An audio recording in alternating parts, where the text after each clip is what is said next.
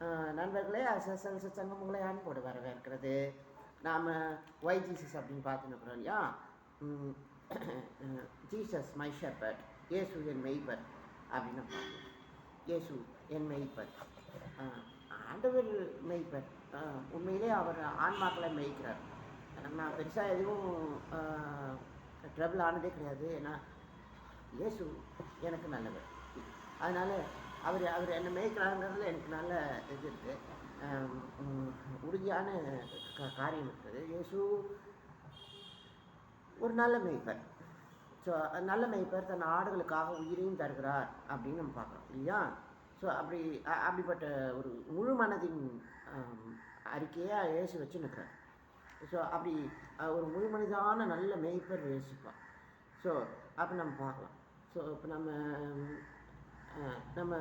தான் சொல்கிறோமே, போன பகுதியில் உங்களுக்கு ஞாபகம் இருக்குதா? வீடியோ இல்லை, ஆடியோ தான். ஆனால் நீங்கள் பாருங்க, இயேசு அன்புள்ள ஆண்டவர் அப்படின்னு நான் சொன்னேன் இல்லையா? அன்புள்ள ஆண்டவர், அதாவது முடிவு பரியந்தம், உலகத்தின் முடிவு பரியந்தம் நான் உங்களோட கூட இருக்கிறேன்னு இயேசு சொன்னார் இல்லையா?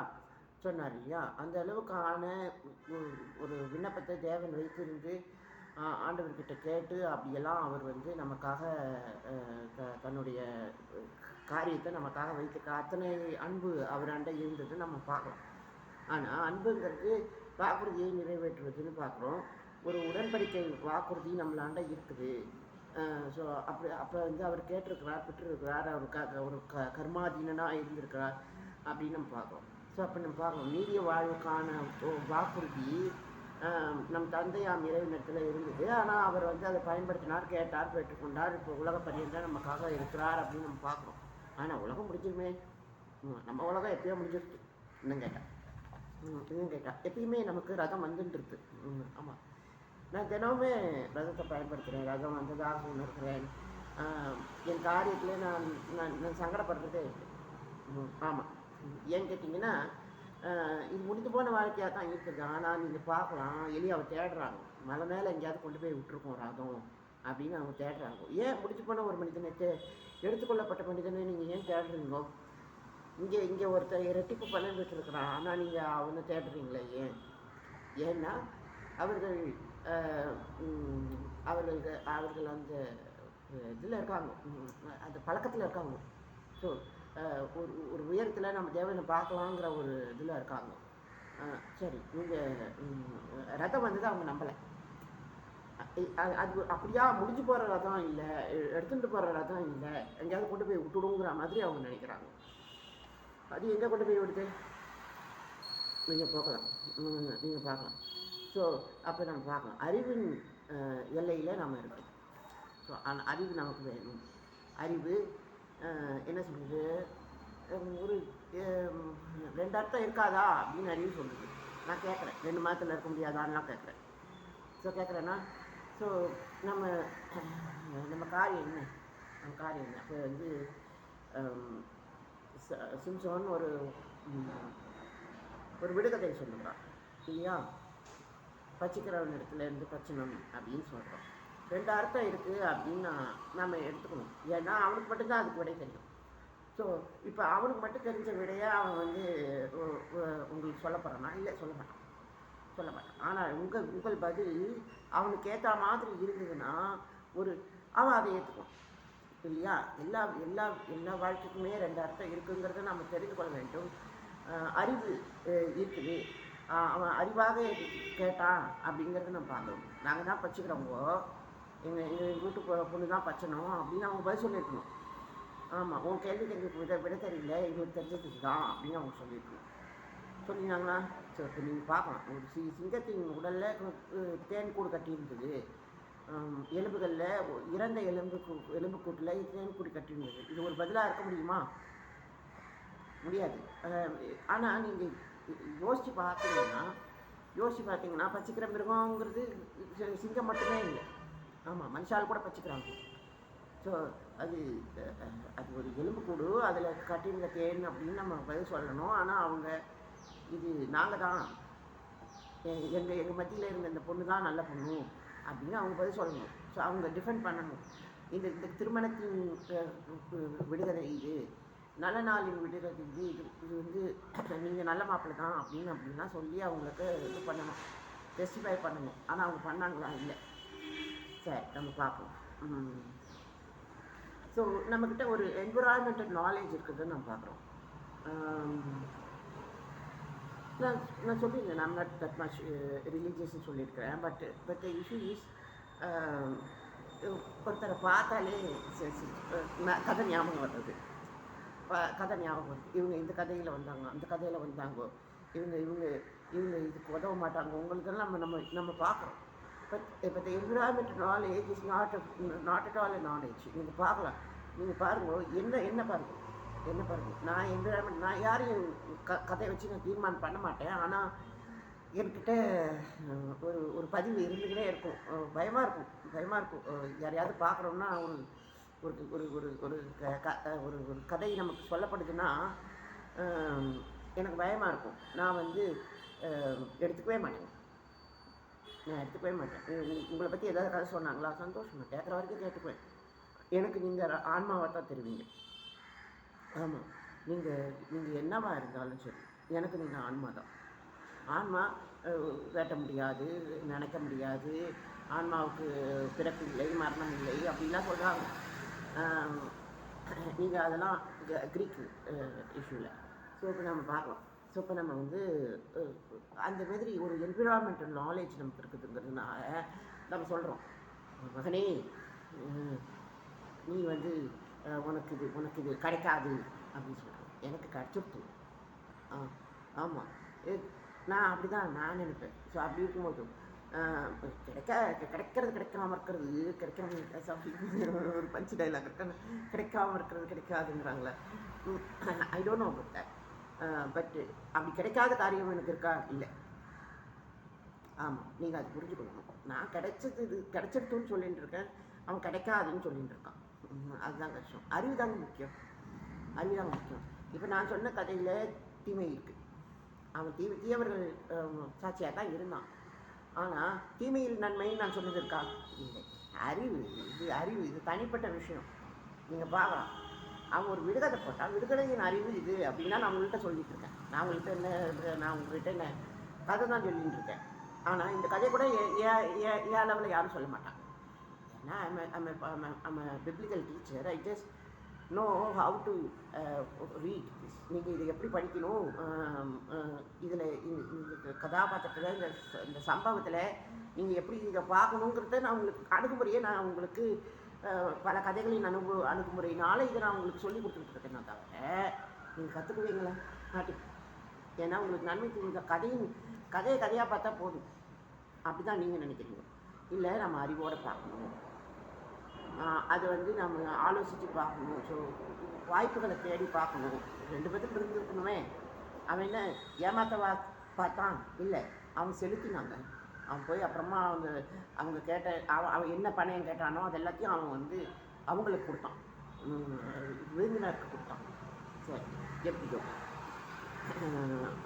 பொண்ணு நல்ல பொண்ணா? இல்லை, அந்த பொண்ணு தான் வந்து இவன்கிட்ட கேட்டு பதிலை கொண்டு போய் அவங்ககிட்ட கொடுத்துச்சு. அப்புறம் தெரியலாலும் கொடுத்தா. இவருக்கு ரொம்ப மல்டிபிள். சரி, ஏமாற்றம். சரி, ஆனால் அறிவு இருந்தது அப்படின்னு பார்க்குறோம். ஸோ இப்போ என்விரான்மெண்டல் நாலேஜ் அப்படிங்கிறது இருக்குது. ஸோ அப்போ நம்ம பார்க்கலாம். அப்போ நம்ம அறிவு தான் நமக்கு பிரதானம். நம்ம சொல்கிறது தான் நமக்கு தீர்ப்பு இல்லை. ஆன்மா தான் தீர்ப்பு, ஆன்மா தான் காரியம். நாம் மேய்க்கிறதும் ஆன்மாவை தான், மனுஷால இல்லை. நீங்கள் பார்க்கலாம். அதனால தான் ஆண்டவர் ஆடுகளை மேய்க்கிறேன்னு சொல்கிறாரு. ஏன் மனுஷனை மேய்க்கிறேன்னு சொல்ல வேண்டியதானே? சரி, அது பண்பாடே இல்லை. நீங்கள் பார்க்கலாம், ஆடுகள்ங்கிறது ஆன்மாவின் நிலைமையில் இருக்குது. ஒரு ஆடு எவ்வளவு, அதுவும் செம்மறி ஆடு எவ்வளவு சாந்தமாக இருக்குது. பாவம், அது ஏதோ புல்லை தின்னுட்டு உங்களுக்கு மீட் தருது. ஸோ அப்படி நீங்கள் பார்க்கணும். அப்போ ஆன்மா அத்தனை இயற்கை பண்பில் இருக்குது. நீங்கள் ஒரு மேய்க்கிற போதகர்னா, மேய்ப்பர்னா, சரி, நம்ம போதகரையும் மேய்ப்பரையும் ஒன்றா வச்சுருக்கோம் இல்லையா? நீங்கள் ஒரு மேய்ப்பர்னா உங்களுக்குள்ள ஆன்மாவின் அடையாளம் தான் இருக்கணும். உங்களுக்குள்ள ஒரு என்ன சொல்கிறது, ஒரு ஆடு, ஒரு செம்மறி ஆடு எவ்வளவு இதுவாக இருக்கோ, சாந்தமாக இருக்கோ, அப்பாவியாக இருக்குதோ, அந்த மாதிரியே தான் நீங்கள் வந்து இதை பார்க்கணுமோ தவிர, காரியத்தை பார்க்கணுமோ தவிர, என்விரான்மெண்டல் நாலேஜ் அப்படின்னு நீங்கள் பார்த்தீங்கன்னா உங்கள் ஆடு உங்களுக்கு சத்தத்தை கேட்காது. கேட்காது. ஏன்னா இப்போ மக்கள் பார்க்கும்போதே என்ன என்ன அறிவு, இது என்ன அறிவு அப்படின்னு சொல்லுவாங்க. ஆமாம், அறிவு இதில் வராது. அறிவால் உங்களுக்கு நிம்மதி வராது, அறிவால் உங்களுக்கு இது வராது, என்ன சொல்கிறது, ஒரு திருப்தி வராது. ஸோ நீங்கள் வந்து உங்கள் அறிவீனத்தை மற்றவங்கள்ட்டையும் கொண்டு போயிடுவீங்க. ஸோ அதனால் நம்ம வந்து அறிவை பகுத்தாய்வோம் அப்படிங்கிறதுக்காக தான் நம்மளுக்கு இந்த இதெல்லாம் நடந்துருக்கு. இந்த இந்த இந்த பகுதியெல்லாம் நம்ம செய்து கொண்டு இருக்கோம். ஸோ அப்போ நீங்கள் பார்க்கலாம். ஸோ இப்போ நான் உங்களுக்கு சத்சங்கத் பகுதியில் மகாபாரத கதையெல்லாம் சொல்லியிருக்கேன், அர்த்தமாக சொல்லியிருக்கேன். சொல்லும்போது இது போய் நீங்கள் வந்து ஒரு வாத்தியார் சுவாமி வைத்தியர்கிட்ட நீங்கள் கதை கேட்கணும்னாலே ரொம்ப கஷ்டம். ஆமாம், என் பாஞ்சாலிக்கு 5 புருஷன்னு சொல்லிட்டு சொல்லுவாங்க. ஆமாம், அதுக்கே கண்ணீர் விடுவாங்க. நீங்கள் பார்க்கலாம், அவர்கள்லாம் பாஞ்சாலி விஸ்வவிஜயம் செஞ்சு திரௌபதி ராஜ்யத்தை பிடிச்சி பாஞ்சாலி அப்போ தான், அதுக்கப்புறம் தான் வந்து திரௌபதி யாகம் பண்ணி அந்தமாரிலாம் வரும் கதை. நீங்கள் பார்க்கலாம், பொம்பளை, அதாவது பெற்ற பிள்ளையை போல் இருப்பா பாஞ்சாலி. நீங்கள் பார்க்கலாம், அது அது கைண்ட் ஆஃப் ரிவார்ட்னு வரும். ஸோ புரியுதா? ஸோ ஒரு மகளை போல் இருக்கிற ஒரு கதாபாத்திரம் மனைவியாக இருக்குது அப்படிங்கும்போது உங்களால் அதை ஏற்றுக்க முடியாது. ஸோ யாரோ ஒரு வாத்தியார் சுவாமி இப்படி இருக்குது, இவ வந்து இதுவாகவே வந்தா, பெண்ணாகவே நெருப்புலேருந்து எழுந்திரிச்சு வந்தா அப்படின்லாம் உங்களுக்கு எக்ஸ்பிளைன் பண்ணணும். மகளாகவும் இருப்பா, மனைவியாகவும் இருப்பான்லாம் உங்கள்கிட்ட இது பண்ணணும், சங்கடப்படணும். சரி, ஏன் உங்களுக்கு இவ்வளோ சங்கடம்? ஏன்னா நீங்கள் கதையை வந்து மைண்டாக கேட்க விரும்புகிறீங்க. நீங்கள் வந்து இது வந்து ஒரு ஒரு சரித்திர பதிவா, வரலாற்று பதிவா, இது உதவியின் பதிவா, அறிவின் பதிவா? கதை வந்து கதாபாத்திரம் போயிடுச்சுன்னா கதையே போயிடுங்க. ஆமாம், கதாபாத்திரம் வந்து இப்போ வந்து நான் வந்து சொல்கிறேன்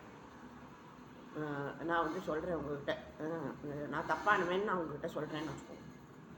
அப்புறம் என்ன சரி, I am not, I am fake அப்படின்னு நான் சொல்கிறேன்னு வச்சுக்கோங்க, முடிஞ்சு போச்சு காரியம். நான் இப்போ உங்களுக்கு எல்லா கதையும் மறந்து போயிடும் உங்களுக்கு. ஸோ இப்போ நான் உண்மையானவன் போது தான் கதை உங்களுக்கு உண்மையாக இருக்கும். ஏன்னா கதாபாத்திரத்தை சார்ந்தால் நீங்கள் கதையை வச்சுட்டு இருக்கீங்க. இல்லை, நீங்கள் கதையை ஆன்மாவை சார்ந்து வச்சுக்கோங்க.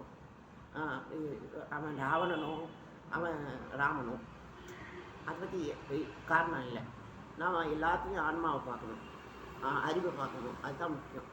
ஸோ அப்போ இப்போ கர்மாதீனன் பாருங்க, கர்மா ஆரம்பிக்கவே இல்லை. கற்றுக்கு there is no issue of நீங்கள் ஆன்மாங்கிற பரவசத்தில் இருந்தீங்கன்னா கர்மா ஆரம்பிக்கவே இல்லை. நீங்கள் பார்க்கலாம், ஒருத்தர் இருக்கிறான், அவன் பேர் என்ன, சிதப்பன். கர்மா பல தியாகம் அப்படிலாம். அவன் எல்லாத்தையும் ஒரு கர்மா பண்ணுறீங்கோ, இந்த வீடியோ நடக்குதுன்னு வச்சுக்கோங்களேன், இதுக்கு ஒரு பலன் இருக்குது. சரி, அந்த பலனை நான் எதிர்பார்க்குறேன், நான் தியாகம் பண்ணுறேன் அப்படின்னு. சரி விடுங்க. ஆனால் நீங்கள் பார்க்கலாம், தியாகம் பண்ண முடியாத ஒரு காரியம் இருக்குது. நீங்கள் தியாகம் பண்ணி, சரி, தியாகம் பண்ணுறதுக்கு உங்களுக்கு ஒரு எண்ணம் இருந்தது பார்த்தீங்களா, அந்த எண்ணத்தையும் தியாகம் பண்ணுங்க. தியாகம் பண்ணதுக்கு ஒரு பலன் இருக்குது பார்த்தீங்களா, கர்ம பலனை தியாகம் பண்ணுறீங்க. கர்ம பலனை தியாகம் பண்ணதுக்கு ஒரு ஒரு ஒரு பலன் இருக்கணும், அதையும் தியாகம் பண்ணுவோம். நீங்கள் எதை வேணால் தியாகம் பண்ணுவோம், ஆனால் நீங்கள் தியாகம் பண்ணாத ஒரு காரியம் இருக்கணும், அதுதான் ஆன்மா. ஸோ அப்போ நீங்கள் எதையுமே பெற்றுக்கொள்ள தான் முடியுமோ தவிர எதையும் தியாகம் பண்ண முடியாதுங்க. உங்களுக்கு பெற்றுக்கொள்வதில் நீங்கள் வந்து அறிவோடு இருக்கணும். நீங்கள் அதை தெரிஞ்சுக்கணும். நான் பெற்றுக்கொண்டேன், ஆன்மாவாக இருக்கிறேன், அதுதான் முக்கியம். என்னால் தியாகம் பண்ண முடியாது அப்படிங்கிறதையா நீங்கள் தெரிஞ்சு வச்சுக்கணும். ஆமாம். ஸோ அப்போ எல்லாத்தையும் தியாகம் பண்ணுற கணக்கிட்டு செய்கிற மனிதர்கள் இருக்கிறார்கள்.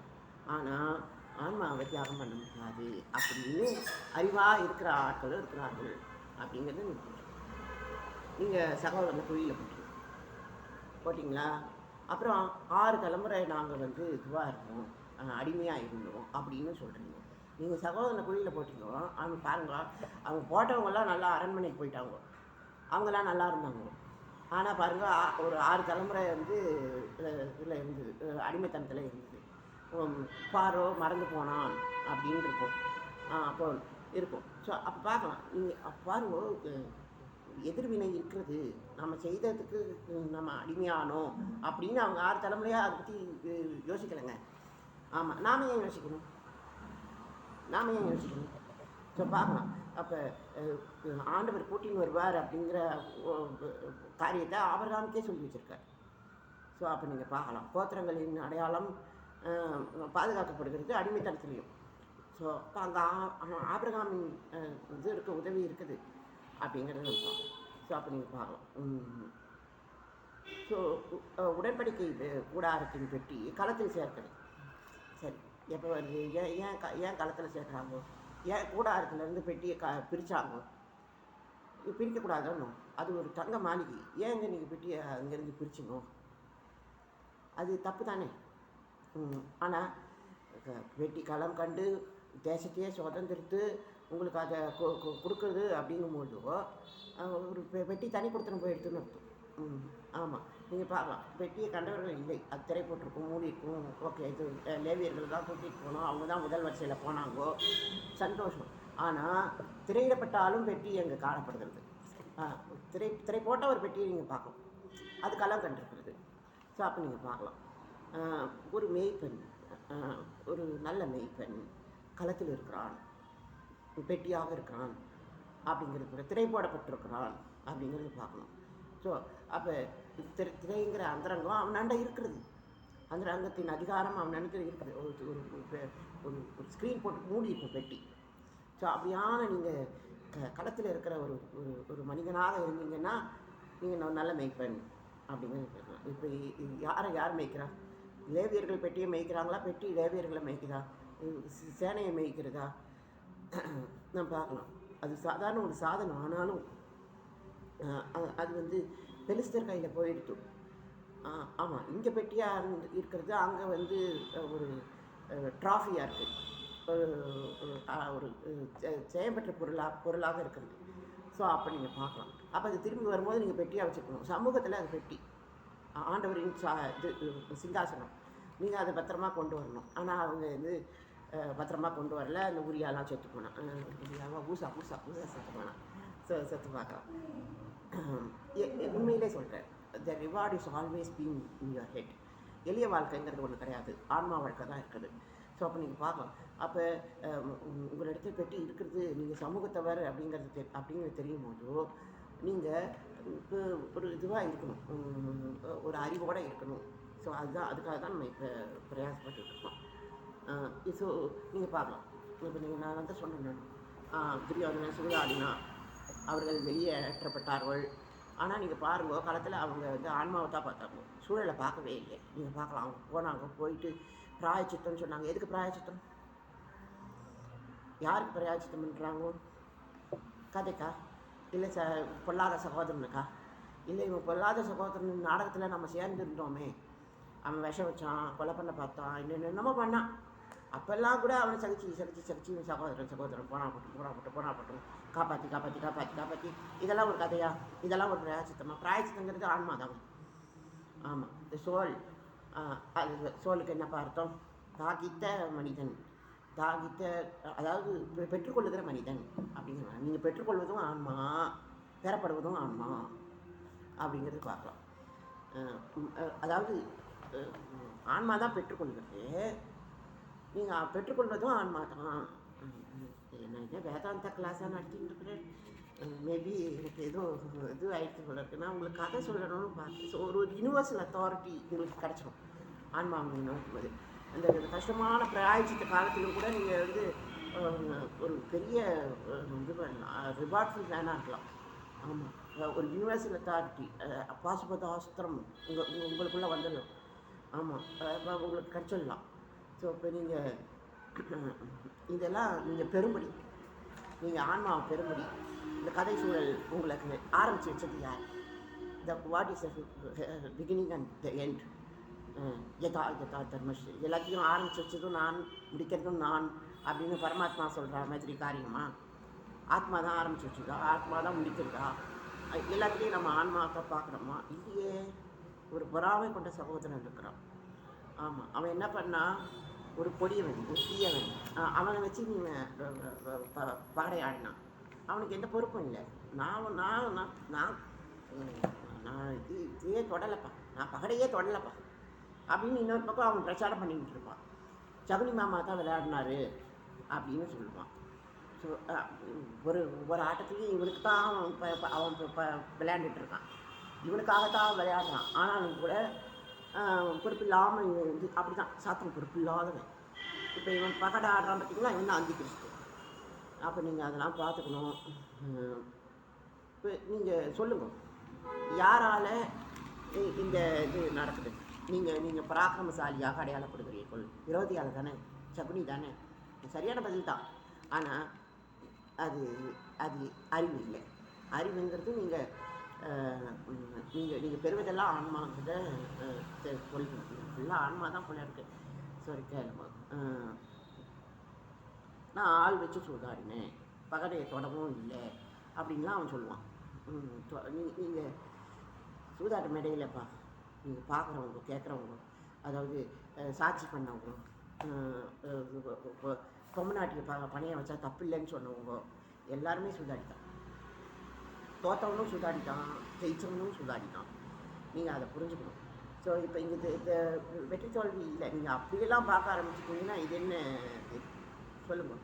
ஆண்டவர் உயிரையும் கொடுக்குறார் அப்படிங்கும்போது அவர் அவர் அவர் உங்களை தனியாக பிரித்து எடுத்துட்டாரா? என்னை விட இத்தனை பேர் தகுதியாக இருந்தும் அது கிருபை இல்லை. ஏன்னா கிருபையோட அர்த்தங்கிறது எல்லாருமே தகுதியானவர்கள், எல்லாருமே ஆன்மாக்கள். ஆமாம், அங்கே ஆரோனி ஆசீர்வாதம் சொல்லப்பட்டதுங்க. எங்கள் அறிவான மனிதன் யோசேப்பு, நீங்கள் எப்ராயிம் மனாசாபமாக இருப்பீர்கள், உங்கள் முகம் உங்கள் மீது இருக்கும் அப்படின்னு கூடாரத்தை கொடுத்து ஆண்டவர் சொன்னாருங்க. யாருக்காக சொன்னார்? இஸ்ரவேலர்களுக்காக சொன்னார். கானானியனுக்காகவா கூடாரம் வெடிக்கப்பட்டது? இல்லை. இதை இந்த கூடாரம் இஸ்ரவேலனுக்காகவும் விரிக்கப்படல, ராஜா பானபலி பெறுகிறான் அதுக்காகவும் இல்லை. கூடாரம் பலிக்காக விரிக்கப்பட்டது. பலி எதுக்கு அடையாளமாக இருக்குது? அது ஆன்மாக்களின் பலிபீடத்தின் அடையாளமாக இருக்குது. அப்போ கூடாரத்தில் முக்கியமான பொருள் எதுன்னு கேட்டிங்கன்னா பலிபீடம், பலி, தியாகம். அது கானானியன்கிட்ட கூட இருக்கலாம். ராகா இருக்காலும் அது கானானியன்கிட்ட கூட இருக்கலாம். ஸோ பார்க்கலாம், நாம் வந்து ஒரு அடையாளம் பெற்றோம். யோசிப்பு எப்ராயிம் மனாசேனமாக இருக்கிறோம். இது கிருபை. கிருபையின் அர்த்தம் என்ன? இது ஆண்டவரின் சமூகம். நாங்கள் பிரிக்கப்பட்டவர்கள், வேறு பிரித்தவர்கள், அதான் சரி. ஆனால் தகுதியானது ஆன்மா தான். தகுதியானது பலிபீடத்துக்கு நீங்கள் ஒப்பு கொடுக்குற காரியம்தான். நீங்கள் இஸ்ரவேலனா இருக்கணுங்கிற அவசியம் இல்லை. ராகா ஒப்பு கொடுத்தா பாருங்க, ஒரு நூலை கட்டுவேன், என் குடும்பத்தார் பாதுகாக்கப்படுவார்கள், அவ சமத்து. அது சொல்லுங்க. நீங்கள் வாங்க. அப்போ நமக்கு ஒரு பொது அடையாளம் தான் இருக்குது. கிருபைங்கிறது சமூகத்தார். அங்கே இஸ்ரவேலனும் இல்லை, புரஜாதியும் இல்லை. ஆமாம், நாம் புரஜாதி இருந்தோம். ஏசப்பா வந்தார், ஒரு புரஜாதி யூதனாக இப்போ வந்திருக்கோம் அப்படின்னு ஸ்தேவான் சொல்லுறார். கல்லறி பெறுகிறார். ஸோ அப்போ யூத அடையாளம் நமக்கு கிடைக்கும் அப்படின்னு அவர் டிக்ளேர் பண்ணுறார். ஸோ நீங்கள் சகத்தியர்கள் யூதர்கள்னு அவர்கள் சொன்னார்கள், கடினப்பட்டார்கள். நீங்கள் கேட்கலாம், கடினம் என்ன தெரியுமாங்க? அறிவை மறைக்கிறது தான். ஸோ அறிவணிந்த போதிலும் நாம் அது ஆன்மான்னு அதுக்கு பேர் சொல்லாமல் இருக்கிறது தான் கடினம். ஆமாம். ஸோ அப்போ நம்ம பார்க்கலாம். ஸோ கடினம் என்னன்னு தெரியுமா? பொறாமை. ஆமாம், அவனுக்கு கற்றுக்கிட்டே அப்படிங்கிற பொறாமை உங்களுக்கு இருக்குது.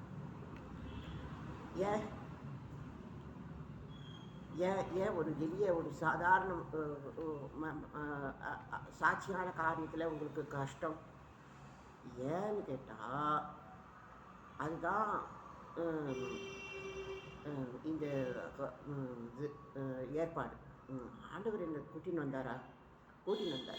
ஆனால் அங்கே பலிபீடம் இருக்குது, அது எரியுது, ஆன்மா இருக்குது, அது வானத்துலேருந்து தான் வரணும். அப்படிங்கிறத நீங்கள் தெரிஞ்சுக்கணும். ஆமாம், நீங்கள் இப்போ வச்சுருக்கிறதுலாம் அந்நிய அக்னிங்க. அந்நிய அக்னிங்கிறது என்ன தெரியுமாங்க? அறிவாக இருந்தும் அறிவு இல்லாமல் இருக்கிறேங்கிறது தான். ஆமாம், நாதாபு அபியோகம் அவங்க அவங்க அறிவாக இருந்தாங்கோ, காற்றுலாம் இருந்தாங்கோ.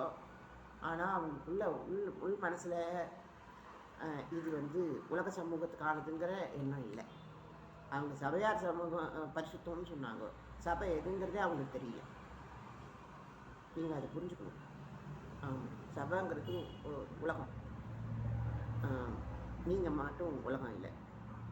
அப்படி பார்த்தா உலகம் முக்கியமா, நீங்கள் முக்கியமா? உலகம்தான் முக்கியம். தனி மனுஷனான உங்களை விட உலகம் காப்பாற்றப்பட வேண்டிய விதி இருக்கிறது அப்படின்னா. ஸோ அப்போ என்ன விதினா என்னப்பா? ஒரு ரீஹாபிலிட்டேஷன் சென்டரில் இருக்கிறீங்கன்னு சொல்லுவோம். அங்கே உங்களுக்கு ஒரு இது இருக்குது, இது மாதிரி ஒரு ஒரு போதகரை வச்சுருவேன், இவருக்கு வந்து உதவார்ப்பா, இவர் வந்து இது பண்ணுவார்ப்பா.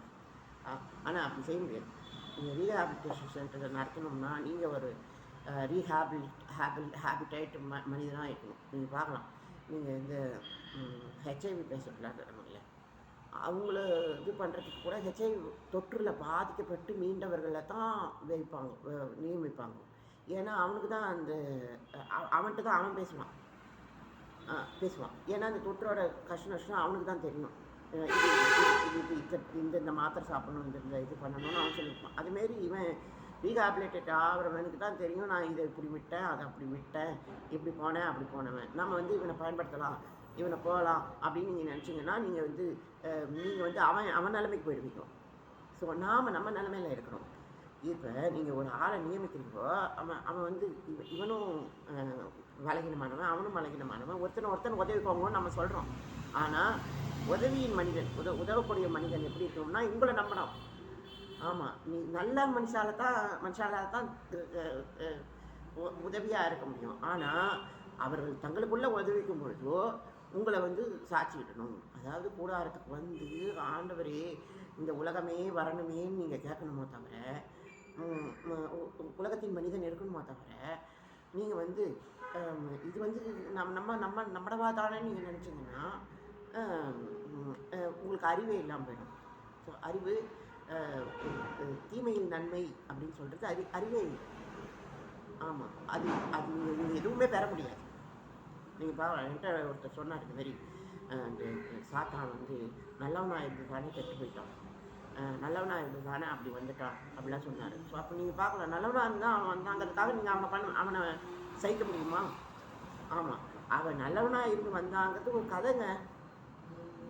ஆமாம், அது கதையாகவே முடிஞ்சு போயிடுச்சு. இப்போ அவங்ககிட்ட துளி கூட நன்மை இல்லை. ஆனால் நீங்கள் அந்த கதையை பழைய கதையை பேசி அவனை நல்லவன் ஆக்குவீங்களா? நம்ம என்ன ரகுடு பாயை மாத்திர ரகுடு கேடா இல்லை, நாட் லைக் தட். அப்படி நன்மை இல்லாத, துளியும் நன்மை இல்லாத மனிதனை நாம் எப்படி அணுக முடியும்? நீங்கள் அதை தெரிந்து கொள்ள வேண்டும். ஏன்னா நீங்கள் வந்து தீமையில் நன்மைன்னு சொல்கிறது பலன் இல்லாத விஷயம் அப்படின்னு நான் பார்க்கணும். ஸோ அதுதான் விதியே அப்படின்றாங்களோ. அது வந்து எப்படின்னு கேட்டிங்கன்னா, தீமைக்கு தீமைங்கிற மாதிரி இருக்கும். ஆமாம், இனிமேல் தப்பு பண்ணுறவன் தப்பு பண்ணிக்கோ, இனிமேல் நல்லது பண்ணுறவன் நல்லது பண்ணிக்கோ. மேபி இட்ஸ் ஸ்பிரிச்சுவல், விதி காரியமாக இருக்கலாம். ஆனால் அது அப்படி இல்லை. ஆமாம், நீங்கள் நன்மையை தேர்வு செய்யணும், நன்மை செய்யணும். நீங்கள் நன்மையை தேர்வு செய்யணும், தீமைக்கு நீங்கணும். அதுதான் காரியம். ஸோ இப்போ நீங்கள் தீமையாக போட்டோம் அப்படின்னு சொன்னீங்கன்னா அது வந்து நமக்கு உதவி இல்லைங்கிறத நம்ம தெரிந்து கொள்ள வேண்டும். எதுக்கு? தீமைக்கு. ஆமாம் நம்மையை தான் நாடணும் அப்படிங்கிறது தான் அதோட அர்த்தம். இங்கே யாரும் அப்பாவி இல்லைன்னு நீங்கள் புரிஞ்சுக்கணும். ஆண்டவர் நீங்கள் சகித்திருப்பதை அடையாளம் காண்கிறார். நீங்கள் எதை சகிக்கிறீங்களோ? அறிவை சகிக்கிறீர்கள், ஆன்மாவை காண்கிறீர்கள். அதெல்லாம் அப்படி இருக்கணும். அப்போ நீங்கள் எங்கே இருந்தாலும் உங்களுக்கு யாருமே உதவி இல்லைங்க. நீங்கள் தான் உங்களுக்கு உதவி. ஆமாம், நீங்கள் பார்க்கலாம். ஸோ அத்தனை ஒரு கிருபை உங்களோட கூட இருக்கணும். கிருபை அடையாளம் பெற்றவன் ஒரு நல்ல மெய்ப்பெண். அப்படின்னு நீங்கள் பார்க்கணும். ஸோ அப்புறம் நீங்கள் ஒரு புது வாசல் கிடச்சி உங்களுக்கு ஒரு நல்ல நல்ல நல்ல உறவின் அடையாளம் இருக்குதுன்னா அதுதான் கிருபை. கிருபை தான் ஆன்மா. ஸோ இப்போ ஒரு ஹையர் அத்தாரிட்டி மேலே ஒரு நம்பிக்கை வச்சு நானும் பழகினோம், நீயும் பழகினோம், ஒருத்தருக்கு உதவுறோம். ஆனாலும் இது இது என்னால் ஆனதில்லை, இயேசுப்பாவால் ஆனது அப்படிங்கிறத நீங்கள் தெரிந்து கொண்டு நீங்கள் வந்து பலகீனத்துக்கு உதவாது, அவர் தான் உதவுறாரு அப்படிங்கிறத நீங்கள் பார்க்கணும். ஆமாம், நீங்கள் கேளுங்க. நீ பலிபீடம்னு சொன்னியாப்பா, உண்மையிலேயே பலிபீடம் பலம் தருகிற நிலைமையில் இருக்குதா? இல்லையே. ஆமாம், யாரோ என்னமோ சொன்னாங்கோ, கிருபன்னு சொன்னாங்க. கிருபன்னு டான்ஸ் ஆடினாங்கோ, எனக்கு போயிடுத்தே, கிருபையே போயிடுத்தே அப்படின்னு. உண்மைதான், பலிபீடமே போயிடுத்தே, என்னால் எதுவுமே செய்ய முடியலையே, நான் இப்போ என்ன தான் செய்ய முடியும்?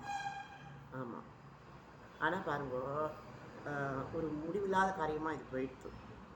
ஆமாம், நம்ம கிருபையை தப்பர்த்தம் பண்ணுறது. ஆனால் நீங்கள் செய்ய வேண்டியது உறவை மறக்காமல் இருக்கிறது தான் கிருபை. ஆமாம், நீங்கள் அர்த்தம் தெரியுமா? நீங்கள் ஒரே அர்த்தத்தில் வைக்காதீங்க. அப்போ இந்த தெளிலால் அந்த சிம்சோன் கதை சொன்னேன் இல்லையா, அதுமாரி ஒரே அர்த்தத்தில் வைக்காதீங்க. எல்லாத்தையும் நான் நிறைய அர்த்தம் பண்ணிக்கோங்க. நீங்கள் ஆடுகளாக இருந்து இயேசு நல்ல மெய்ப்பன். அசஸ் சச்சங்கம். நன்றி நண்பர்.